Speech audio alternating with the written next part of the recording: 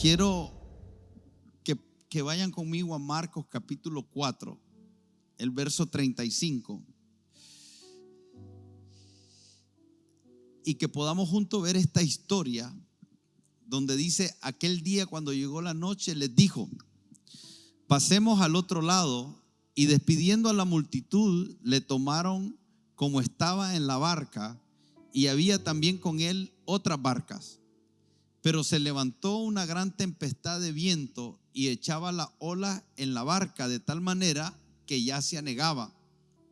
Y él estaba en la popa durmiendo sobre un cabezal, y le despertaron y le dijeron: Maestro, ¿no tienes cuidado que perecemos? Y levantándose reprendió al viento y dijo al mar: calla, enmudece. Y cesó el viento y se hizo grande bonanza. Y les dijo: ¿por qué estáis así amedrentados? ¿Cómo no tenéis fe? Entonces temieron con gran temor y se decían el uno al otro: ¿quién es este que aún el viento y el mar le obedecen? Cuando nosotros leemos el libro de Marcos, desde el capítulo 1, en el verso 16 del capítulo 1, nosotros vemos a Jesús llamando a sus discípulos. Comienza a llamar a sus discípulos en el versículo 16 y vemos en los siguientes pasajes cómo él va añadiendo discípulos. Después que Jesús comienza a traer a sus discípulos cerca de él, comienza a enseñar acerca del reino, comienza a enseñar acerca de lo que eran principios importantes que ellos debían de conocer. Y Jesús pasa e invierte mucho tiempo enseñándole a sus discípulos. Pero este relato en Marcos es uno de los primeros retos que los discípulos tienen que enfrentar. Llegan a un punto donde van a tener que enfrentar uno de los momentos que va a requerir el mayor nivel de fe posiblemente que ellos hayan experimentado en toda su vida. Porque ahora se trata de un momento donde sus vidas literalmente van a correr peligro. Y es ahí, en esos momentos, cuando estamos frente a la adversidad, frente a la amenaza, frente al peligro, frente a la necesidad, frente a ese momento en el cual nos sentimos angustiados, donde verdaderamente vamos a manifestar lo que somos. Jesús enseñaba, en otras palabras, habían momentos en los que Jesús se reunía en la iglesia para enseñar, y cuando les enseñaba la gente decía, escuche, porque esto es lo que dice que decía. Dice, él habla como quien tiene autoridad. La gente se sorprendía de sus enseñanzas. La gente decía, wow, qué clase de revelación. Y yo no sé si a usted le ha pasado, pero hay momentos en que estamos escuchando algo que se predica, que literalmente dentro de nosotros sentimos que algo nos salta. Y nuestra respiración literalmente cambia. Ahora venimos y respiramos como porque algo de lo que se dijo me impactó. Algo de lo que se dijo me está marcando. Algo de lo que se expresó se vincula conmigo. Hay un depósito que está siendo entregado en mi vida. Pero ese depósito, eso que se me reveló, eso que se me entregó, no es solamente para tenerlo como algo que no se ejerce y está en un estado de pasividad, como un conocimiento o una revelación que se tiene pero que no se tiene que poner en práctica. En realidad, cada vez que el Señor va a depositar algo, cada vez que el Señor nos va a revelar algo, y Él siempre nos va a dar una palabra antes, siempre se va a anticipar a todo aquello que nosotros vayamos a enfrentar. El Espíritu Santo nos guía, nos prepara, nos capacita anticipadamente más de lo que nosotros pensamos. Nada de lo que nosotros enfrentamos es una sorpresa para Dios. Nada. Y de alguna manera sobrenatural y por su misericordia, Él tiene unas formas misteriosas de soltar algo anticipadamente, de tal manera que no estemos desprovistos de lo que requerimos para aquellas cosas que puedan ocurrir, aún como una sorpresa, entre comillas, para nosotros. Entonces el Señor toma, y si usted mira esta historia en 3 pedazos, usted va a ver una escena antes de la tormenta. ¿Cuál es la escena antes de la tormenta? Es la escena donde Jesús los llama y les está enseñando. Nosotros vamos a leer desde el capítulo 1 en adelante hasta llegar a esta historia. Jesús enseñando, Jesús mostrando, Jesús sanando, Jesús liberando a gente que estaba endemoniada. Todo eso es una escena en la vida de los discípulos anterior al momento de la tormenta. Pero el momento de la tormenta revelaría el carácter, revelaría la posición espiritual que los discípulos habían alcanzado por causa de lo que ocurrió en la escena anterior. Cuando la tormenta llega, manifestamos lo que somos. Escuche, Dios no lo toma por sorpresa, pero es posible que lo que Él nos entregó nosotros no lo hayamos tratado con la diligencia que se requiere, y entonces cuando estamos en medio de la tormenta revela el carácter y se dan las escenas y reaccionamos de muchas maneras. Hay personas que cuando viene la tormenta se apartan, hay personas que cuando viene la tormenta se desaniman, hay personas que cuando viene la tormenta sacan lo mejor de ellos, y hay personas que cuando viene la tormenta sacan lo peor. Cuando estamos enfrentando tormentas, o sacamos lo mejor o sacamos lo peor. Y no es tan difícil identificar qué estamos sacando, no es tan difícil. ¿Sabe lo único que requiere? Tomarnos el tiempo. Solo nos tomamos el tiempo, solo nos sentamos a evaluar cómo estoy reaccionando ante esta situación. Pero también el Señor nos muestra una escena después de la tormenta. Y todo esto, tanto lo que ocurre antes de la tormenta, lo que ocurre durante la tormenta y después de la tormenta, usted y yo tenemos que tener claro que es parte de un plan de Dios y que nada de lo que ocurre se le sale de sus manos. Amén. Porque cuando usted lee esta historia, lo que usted lee a continuación de esta historia que vamos a analizar ahorita es la liberación de 10 ciudades. La tormenta que usted está atravesando puede significar la liberación de una ciudad. ¿Cuántos me dicen amén? No menosprecie lo que el Señor hace con usted. Yo no quiero, Señor, que me uses. Bueno, usted puede decidir eso, pero usted no le puede exigir al Señor lo que Él quiere hacer con usted. No le puede exigir que no lo quiera hacer. Jesús dice algo, dice: vamos a cruzar al otro. ¿Pero por qué? Porque hay algo al otro lado. Y lo que había al otro lado era un endemoniado gadareno, que al final de la historia de este endemoniado gadareno, el endemoniado se quiere subir a la barca porque va a ver esto. Jesús está antes de la tormenta y están en la barca y le dice: vamos a ir al otro lado, vamos a cruzar. Pero al otro lado lo que hay es un endemoniado. Y en medio de las enseñanzas y el endemoniado se levanta una tormenta que quiere impedir que tú cruces al otro lado.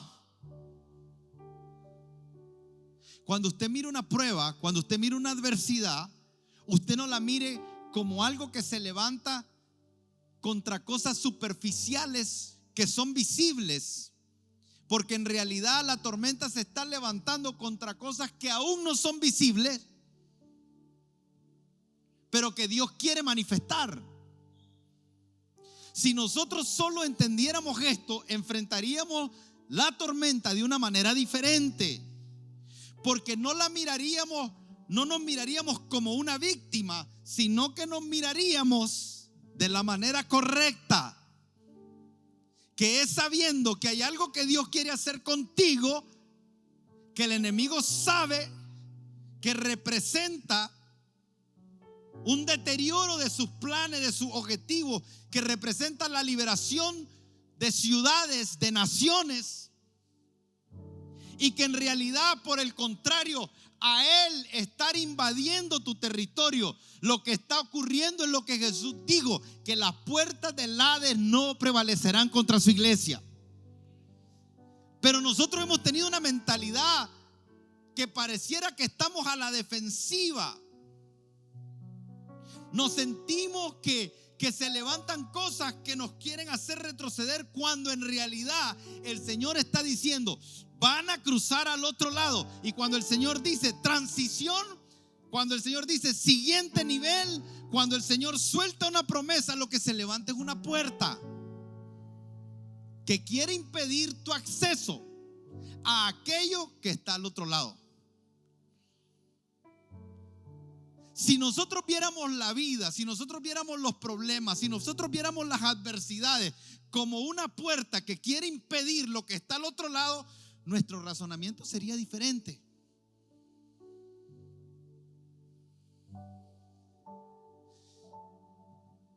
Porque en realidad, si vieras la promesa, si vieras la recompensa, nuestra mentalidad sería: ¿cómo hago para obtener aquello que está al otro lado? La Biblia dice que Jesús, por el sumo gozo puesto delante de él, sufrió la cruz. En otras palabras, había una cruz, pero había un sumo gozo puesto delante. Jesús, viendo el sumo gozo, viendo la recompensa, dijo: ¿cómo lidio con esto para alcanzar aquello? Cuando nosotros no vemos esto de esta manera, causa confusión, causa molestia, causa frustración. Tenemos que comenzar a ver diferente, porque Jesús dijo: esa puerta no prevalecerá. Ahora, hay esa palabra que significa cruzar, esa palabra que significa pasemos al otro lado, literalmente quiere decir atravesar. No es hacer a un lado. Atravesar algo es diferente, como cuando usted agarra una espada y usted atraviesa a alguien. Ese objetivo no se quita, usted lo atraviesa. No lo rodea, usted lo atraviesa. Jesús nos dijo: ¿qué es lo que hacen en las tormentas? No rodean las tormentas. Las tormentas se pueden rodear. ¿Qué pasa con los aviones? Cuando dicen hay turbulencia. Hay turbulencia. Si se pudiera desviar a un punto que no haya turbulencia, se desvían, se mueven. Por eso es que a veces va en el avión y muy pocas veces lo sentí en un vuelo, porque casi siempre son rectos, siempre vas así en una dirección. Pero hay momentos en que vos sentís y dice: dice uno. O si no, dicen: vamos a subir de altitud. ¿Por qué? Porque no quieren pasar la turbulencia. Pero cuando el avión decide pasar la turbulencia, atravesar la turbulencia, literalmente lo que genera es un hueco como de aire que vas cortando, como cuando va un bote en el mar y uno mira que se abre porque va cortando. Por eso tienen una punta para que puedan cortar. Jesús está diciendo: vamos a atravesar. Y nosotros necesitamos generar ese entendimiento que nos lleve a un estado de claridad, que hay cosas que no vamos a poder rodear, hermano. ¿Cuántas cosas yo no quisiera que no fueran como son? ¿Cuántas batallas yo quisiera que no fueran como son? Hace 3 días estaba pensando y se me vino un pensamiento que hasta como loco, porque dije yo, no, esto no es cierto, todo lo que está pasando en el mundo. Y le hice así, no es cierto, pero por 2 segundos no es cierto, y de repente dije, sí es cierto.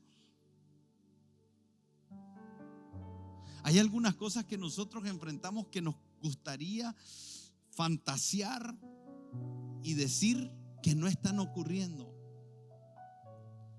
que no las estamos enfrentando. Nos gustaría decir como aquellas veces que es solamente un sueño, que vamos a despertar el día de mañana y nos vamos a dar cuenta que no es así, que fue solo un sueño. Y que cuando nos despertemos vamos a decir, solo era una pesadilla. Pero déjenme decirle que fantasear con eso no nos hace bien. Porque después en el tiempo nos damos cuenta que no despertamos. Y que aquello que hay que atravesar continúa ahí. Y que no importa cuánto querramos rodear las cosas, el único camino es atravesando eso. Porque es como un muro que se va en una línea recta interminable, que no importa cuánto nos hagamos para allá, terminaremos teniendo que enfrentar la misma situación.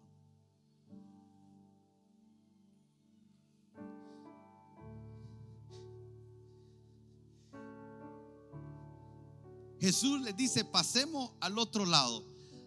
Y sabe que es una de las cosas que me impresiona de esta historia, es que comienza precisamente con Jesús diciendo, pasemos al otro lado, donde Jesús pareciera ser que es el iniciador de esta situación. Entonces esto me lleva a entender que hay cosas que usted y yo enfrentamos que son una adversidad, que pueden literalmente poner en riesgo nuestra vida, como lo hace esto, que se dan no porque estemos fuera de la voluntad de Dios, sino porque estamos en la perfecta voluntad de Dios. ¿Y cómo puede ser que la perfecta voluntad de Dios esté vinculada a estar en medio de un peligro que puede literalmente quitarme la vida? Porque nosotros nos hemos hecho creer que estar en la voluntad de Dios es donde nada adverso va a ocurrir. Y eso bíblicamente no es correcto. No dice eso las Escrituras, no lo dijo Jesús. Hay lugares donde vamos a estar en el centro de la voluntad de Dios y serán lugares donde tendremos que enfrentar adversidades, persecuciones, sentencias, peligros de muerte, aún por estar en la perfecta voluntad de Dios. Por estar en la perfecta voluntad de Dios te pueden despedir de un trabajo.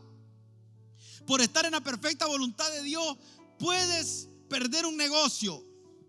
Por estar en la perfecta voluntad de Dios, como iglesia pudiera ser que algunas cosas se vean afectadas de manera negativa. Por estar en la perfecta voluntad de Dios, tu matrimonio puede atravesar por circunstancias difíciles, por haber tomado la decisión de posicionarte y ser obediente a lo que Dios está diciendo. Puede colocarte en un lugar temporal.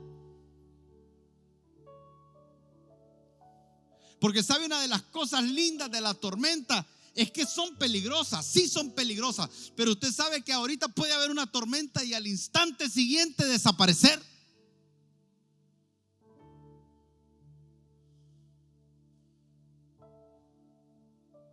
No tienen caducidad, no tienen tiempo, aparecen y desaparecen. Entonces lo que hoy puede ser una tormenta para ti, mañana puede ser bonanza. Amén. Creyentes y no creyentes tienen problemas financieros. Creyentes y no creyentes sufren enfermedades. Creyentes y no creyentes pasan por circunstancias de persecución. Creyentes o no creyentes son rechazados. Creyentes o no creyentes viven en escasez. Creyentes o no creyentes se enferman. Creyentes o no creyentes. Lo único que hay una gran diferencia entre vivir situaciones en nuestra vida que son generadas por estar en el centro de la voluntad de Dios y situaciones en nuestra vida porque vivimos en un mundo caído, parte de un sistema caído donde el diablo está para matar, para robar y para destruir, pero las estás viviendo como consecuencia de tus acciones que no toman en cuenta a Dios. Eso es muy diferente. Y se separan, porque Jesús dijo a sus discípulos: pasemos al otro lado. Es un asunto de transición, es un asunto de propósito, pero Él dice: pasemos. En otras palabras, cuando pasen por ahí, yo voy a estar. No los voy a mandar solos. Yo voy a ir con ustedes. Yo voy a estar con ustedes. Yo estoy en medio de la tormenta. Yo estoy con ustedes en la barca. Yo estoy ahí.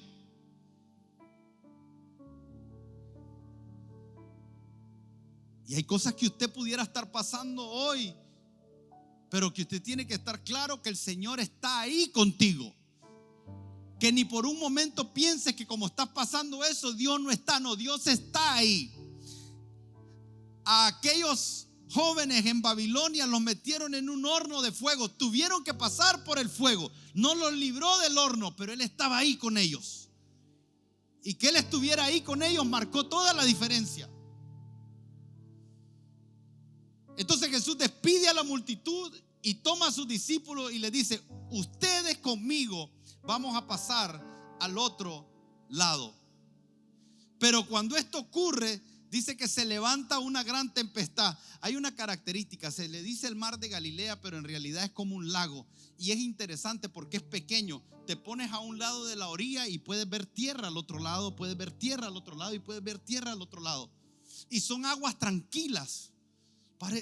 Son aguas apacibles y hay lanchas chiquitas que transitan por ahí, pero una de las cosas que ocurre con este lago es que tiene unas características que hacen que se propicie en cualquier momento que se genere una tempestad. Y esto es lo que estaba pasando con estos discípulos que eran pescadores, que estaban acostumbrados a estar en el agua, que no era primera vez que estaban ahí, que te aseguro que no era primera vez que habían enfrentado una tormenta, pero que en este momento iban a pasar por una situación que le iba a afectar de diferentes maneras su forma de ver las cosas. Porque aquí hay 3 tipos de tormenta que podemos identificar en esta historia. La primera es que entendamos que hay una tormenta circunstancial. Circunstancial, ¿por qué? Porque ellos van transitando por la vida y de repente se levanta una tempestad. No lo esperaban, está fuera de su control, no la provocaron ellos, pero en realidad no tienen el control de nada en un momento como este. No pueden controlar el mar, no pueden controlar el viento, no pueden controlar la lluvia, no pueden controlar nada, sino que se convirtió en un escenario caótico donde no pueden hacer absolutamente nada y están a merced de lo que ocurra. Esa es una tempestad circunstancial. No saben si lo van a lograr o no. No saben si van a perder la casa o no. No saben si se va a salvar su matrimonio o no. No saben si su negocio va a quebrar o no. No saben si se van a sanar o no. Porque es una circunstancia que se levanta. Y que esa tormenta puede ser individual. Puede ser que solo te afecte a ti. Puede ser que esa tormenta te afecte a tu matrimonio. Puede ser que esa tormenta afecte a tu familia. Puede ser que esa tormenta afecte una nación. Y puede ser que esa tormenta afecte naciones, el mundo entero. Puede ser que sea un problema económico personal que está todo fuera de control. O puede ser lo que muchos están diciendo que va a ocurrir a nivel mundial económicamente. El asunto es que no tenemos control. ¿Puede convivir con eso?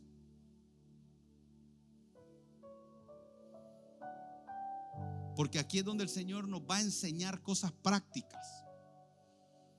Tenemos que aprender a convivir con aquellas cosas que no controlamos, que son circunstanciales, que pueden ocurrir como una sorpresa en cualquier instante. Son tormentas circunstanciales. Pero hay otro tipo de tormenta. Las aguas estaban entrando. Esa es la tormenta que no controlo.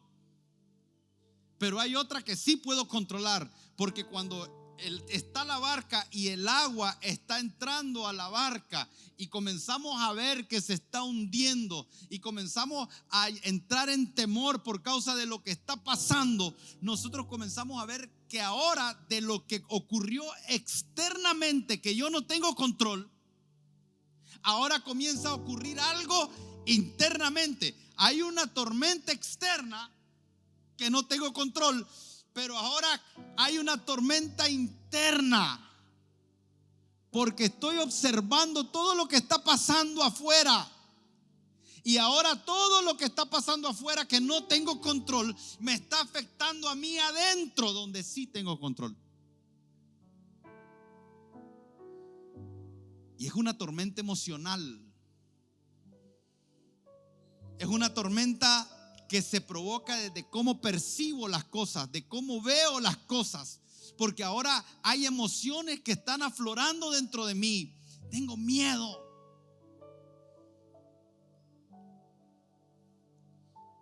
Me siento, porque percibo lo que está pasando. Y se convierte en una tormenta emocional. Pero hay una tercera tormenta. Es una tormenta teológica. Pero yo quiero que usted vea la progresividad de esto. Cuando nosotros estamos estudiando esta historia, uno de los objetivos es que nosotros podamos ver lo que les aconteció a ellos, cómo ellos reaccionaron, cuáles fueron sus debilidades, dónde se equivocaron, de tal manera que nosotros podamos aprender. La tormenta se da, ellos comienzan a entrar en una serie de emociones donde están amedrentados y los lleva a una crisis, a una tormenta doctrinal. ¿Por qué doctrinal? Porque ahora ellos se preguntan, y no solamente se lo preguntan, sino que ellos acusan a Jesús. ¿Acaso no tienes cuidado que perecemos? Esa es una tormenta doctrinal. ¿Por qué una tormenta doctrinal? Porque ahora tiene que ver con el concepto que nosotros tenemos teológicamente hablando de Dios. Y nosotros pasamos por ahí. ¿Por qué Dios permite esto? Esa pregunta, cuando nosotros preguntamos ¿por qué Dios permite esto? Esa es una pregunta teológica. Eso define que no conocemos a Dios en muchos aspectos. Y usted la ha hecho, pastor. Sí, yo la he hecho, claro que la he hecho. Pero es peligroso. Es peligroso porque si la respuesta o el entendimiento a esa tormenta doctrinal no es el correcto, puede terminar desviándote. Y eso es lo que tenemos que entender de las tormentas. Hay tormentas que el diablo las produce. Esta tormenta, el diablo la levantó porque él sabía que al otro lado había una ciudad que sería liberada. Era un endemoniado que cuando Jesús llega al otro lado y pone sus pies y se encuentra con estos endemoniados, lo que dicen los endemoniados es esto: ¿por qué vienes a atormentarnos antes de tiempo?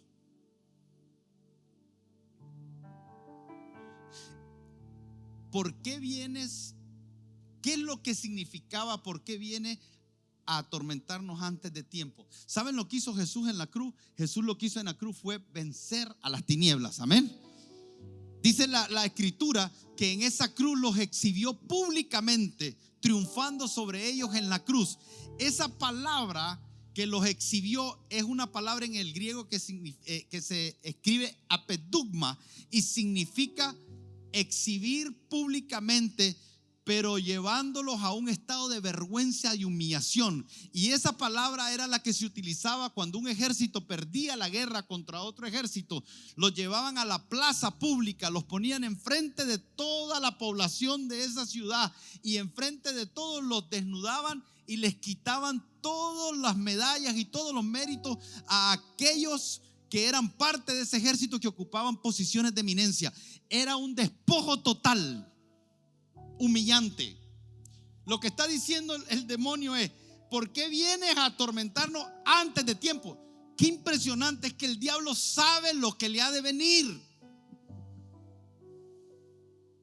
El diablo sabe, yo no lo entiendo en realidad, porque él sabe que está condenado, él sabe lo que viene, pero a la misma vez hay una soberbia en él que lo lleva a creer que todavía hay algo que puede hacer. Pero estos endemoniados dicen: ¿por qué vienes a atormentarnos antes de tiempo? Porque sabía lo que iba a pasar. Sabía lo que el Señor iba a hacer. Entonces el diablo levanta tormentas para impedir que se haga lo que el Señor quiere hacer, para debilitarnos. Porque las tormentas te debilitan, te roban fuerza. Pero las tormentas también te desaniman y te llevan a volver atrás. Entonces él sabe que esto es una estrategia que le da resultados, que le produce frutos, que le sirve, que la va a utilizar para capturar tu atención y desviarte del objetivo. Pero Dios también las permite. Y Dios las permite para disciplinarnos. ¿Cómo es así? Bueno, se recuerda a Jonás, cuando Dios le dijo a Jonás que fuera a Nínive y les predicara arrepentimiento, y Jonás dijo: no quiero.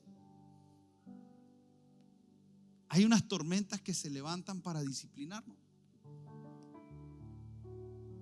¿Qué quiere que haga yo? No me gustan,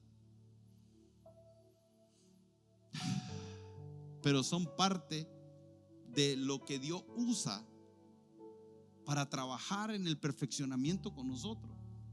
Pero hay tormentas que Dios permite, que son para producir en nosotros un mayor peso de gloria. Son pruebas para llevarnos al siguiente nivel. Son pruebas para revelarnos quién Él es. ¿Sabe cómo termina esta historia? Esta historia termina con los discípulos haciéndote esta pregunta: ¿quién es este? ¿Sabe cómo debería terminar cada tormenta que nosotros pasamos?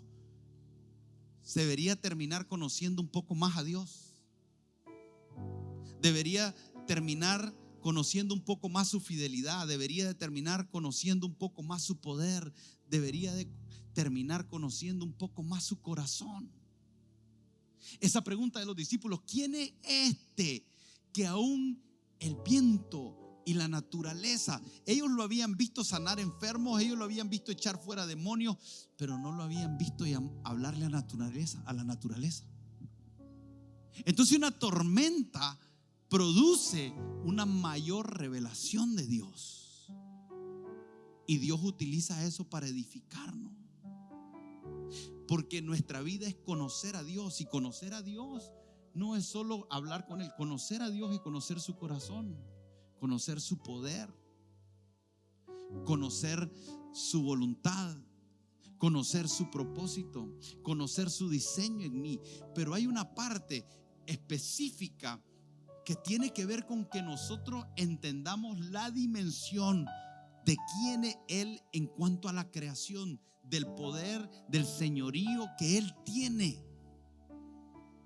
Y eso lo conocemos cuando miramos esta manifestación tomar lugar, cuando miras un milagro tomar lugar. Entonces, en el proceso de estas tormentas, los discípulos estaban siendo enseñados, iban a ser enseñados, pero tuvieron que pasar por una tormenta teológica.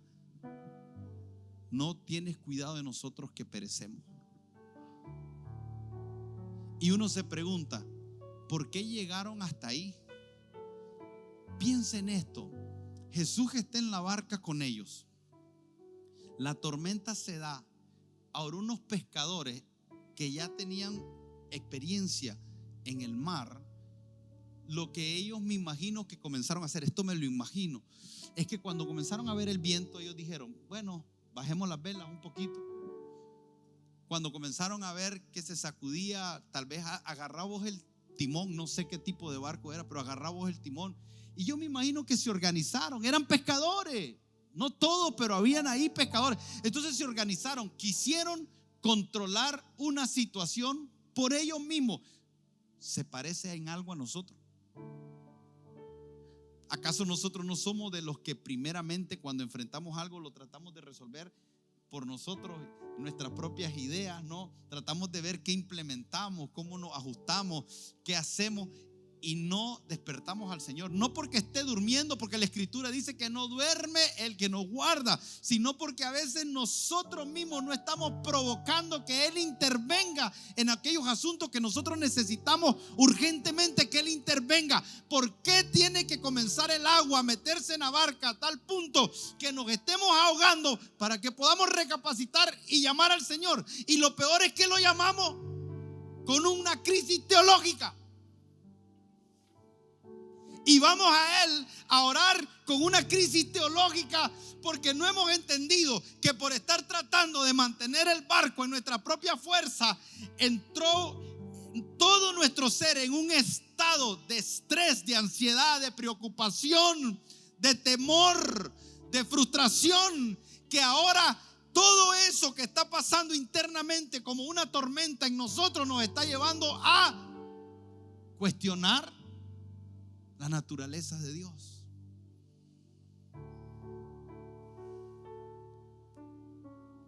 Pero ¿por qué no fueron desde el principio?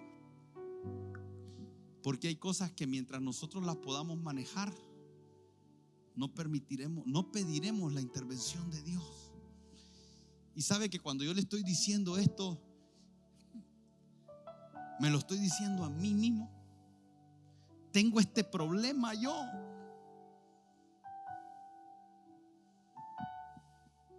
¿Qué problema más grave, más tonto tenemos? ¿Por qué somos así? ¿Por qué soy así? No entiendo por qué soy así. Si lo sé que no es correcto, sé que no debería de hacerlo, sé que lo que primero debería de hacer es correr a Dios, pero ¿por qué no lo hago? Si es hasta tonto de mi parte no hacerlo. ¿Por qué tengo que esperar que las cosas estén en la condición que ya no puedo más para que a esa hora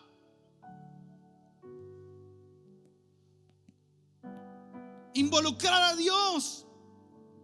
¿Por qué pasar por todo un estrés que no debía de pasar? ¿Por qué sufrir todo lo que no tenía que sufrir?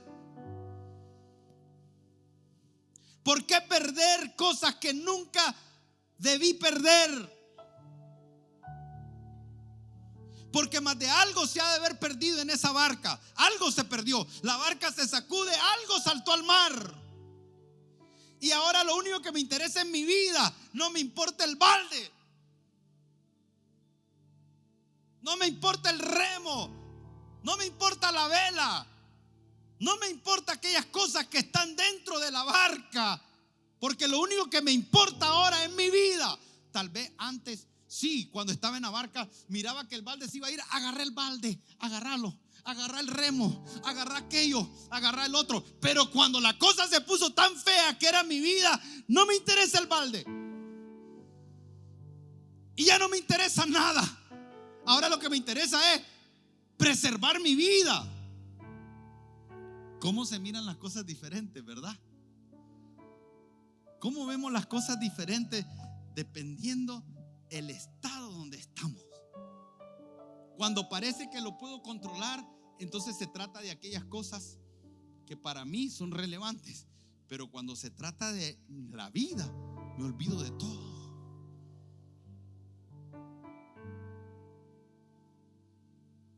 Jesús, ¿no ves que perecemos? ¿No tienes cuidado de nosotros? Dios, ¿no tienes cuidado de mí, de mi familia, de mi casa? ¿Sabe qué es lo lindo? Que Jesús se levanta Y lo lindo es que Jesús no es como usted y como yo, porque si Él fuera como usted y como yo, primero les hubiera resuelto el problema y le hubiera dicho: vení para acá, ¿de qué me estás acusando?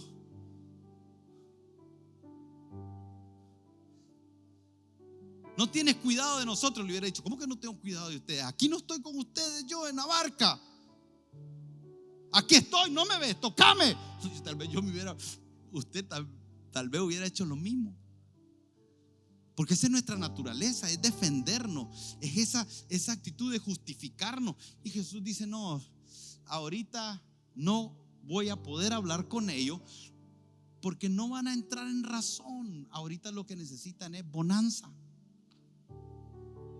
¿Sabe cuál es el peligro de eso? Cuando Jesús te da bonanza y no entiende la segunda parte de la bonanza, que es: vení, ahora sí ordenemos aquello que mostraste en esta situación, que no lo debiste de haber mostrado y que necesitas corregir, porque si no te va a volver a pasar. Entonces Jesús dice: bonanza. Perdiste el trabajo, no importa si fue tu responsabilidad o no, y estás en una tormenta, y dice el Señor: bonanza. Tormenta calla y enmudece, y se hace una gran bonanza, y te dan un trabajo mejor que el que tenía, y decir: gloria a Dios. Pero si no aprendes, la tendencia es que puedas volver a perder el trabajo. Hay una crisis en tu matrimonio y tu esposa se está queriendo ir y dejarte y abandonarte porque hay un maltrato y hay una serie de situaciones que se están dando. No estás proveyendo, no estás tomando la posición de liderazgo. Ella está teniendo que llevar la carga y todavía anda con otras mujeres. Entonces ella viene y dice: te dejo. Y uno se desespera y dice: me va a dejar. Y el Señor dice: bonanza. Y se restaura algo. Aunque teológicamente no logras entender por qué Dios permite eso, cuando en realidad el responsable eres tú, no lo logras entender, pero estás clamando al Señor: ayúdame, ¿por qué me pasa esto a mí? Y el Señor dice: bonanza, después hablamos. Porque ahorita estás muy consternado, emocionalmente estás turbado. Hay muchas emociones dentro de ti que no podemos tener una plática con el entendimiento espiritual correcto. Bonanza. Qué bueno es Dios. ¿Sabe cuántas veces nos ha dado bonanza que no merecemos? Aun cuando lo estamos cuestionando, aun cuando lo estamos juzgando mal. ¿Sabe cuántas veces el Señor ha dicho que se haga bonanza?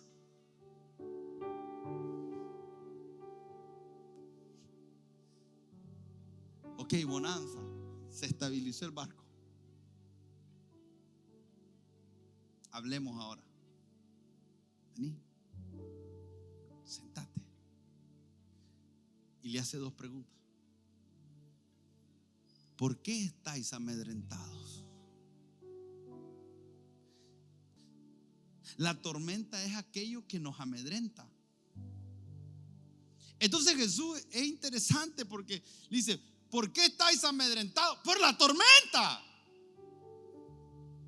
Pero lo que Jesús está diciendo: ¿por qué permitís que una circunstancia te amedrente tanto cuando yo te dije anticipadamente, en secreto, lo que ocurriría en la luz?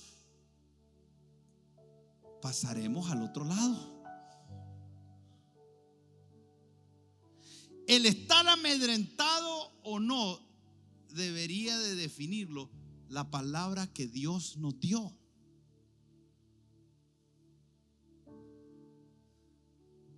¿Por qué Abraham, que es el padre de la fe?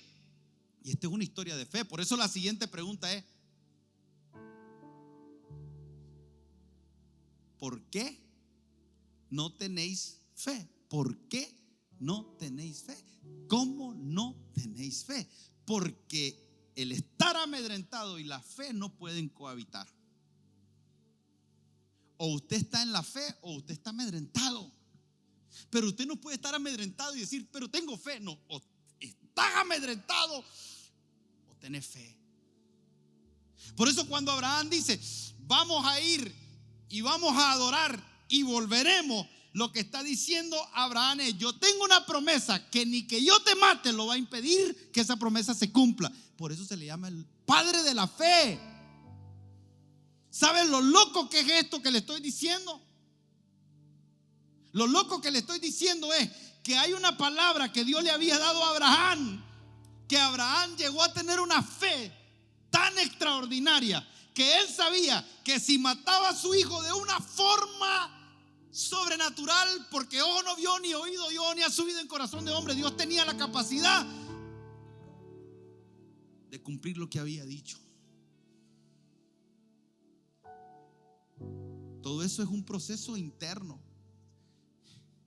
Las tormentas externas, las crisis teológicas y todas las cosas emocionales del alma tienen como objetivo amedrentarte y robarte la fe.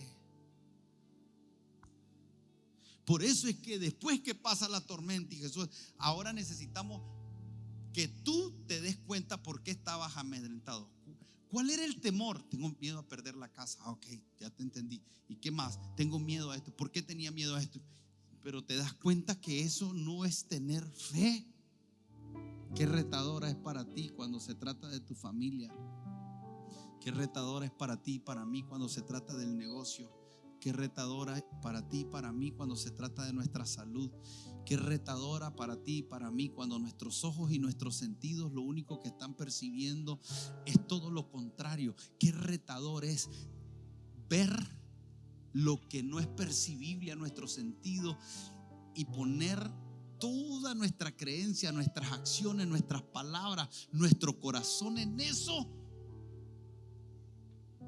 y desenfocarnos de todo lo otro.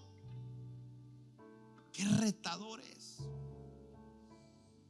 Cuando Jesús te dice que atravieses algo es porque Él cree que tú puedes pasar al otro lado, porque Él sabe que está formando algo en ti. Y Él está formando algo en ti por lo que tú representas para las naciones de la tierra. Porque los procesos que tú estás viviendo están vinculados con la sanidad, la libertad, la eternidad, la provisión, el milagro de otros. Tu vida no es ajena al resto a otras personas, no es ajena. No estás lidiando con asuntos personales, estás lidiando con asuntos corporativos. Cada situación que estás viviendo es corporativa. Cada situación que estás viviendo está vinculada a tus hijos, a tus generaciones. Cada situación que estás viviendo está vinculada a esta nación. No te equivoques al creer que los asuntos que te acontecen son solamente personales. El Señor sabe lo que va a hacer contigo al otro lado. El Señor sabe la bendición que tú serás al otro lado.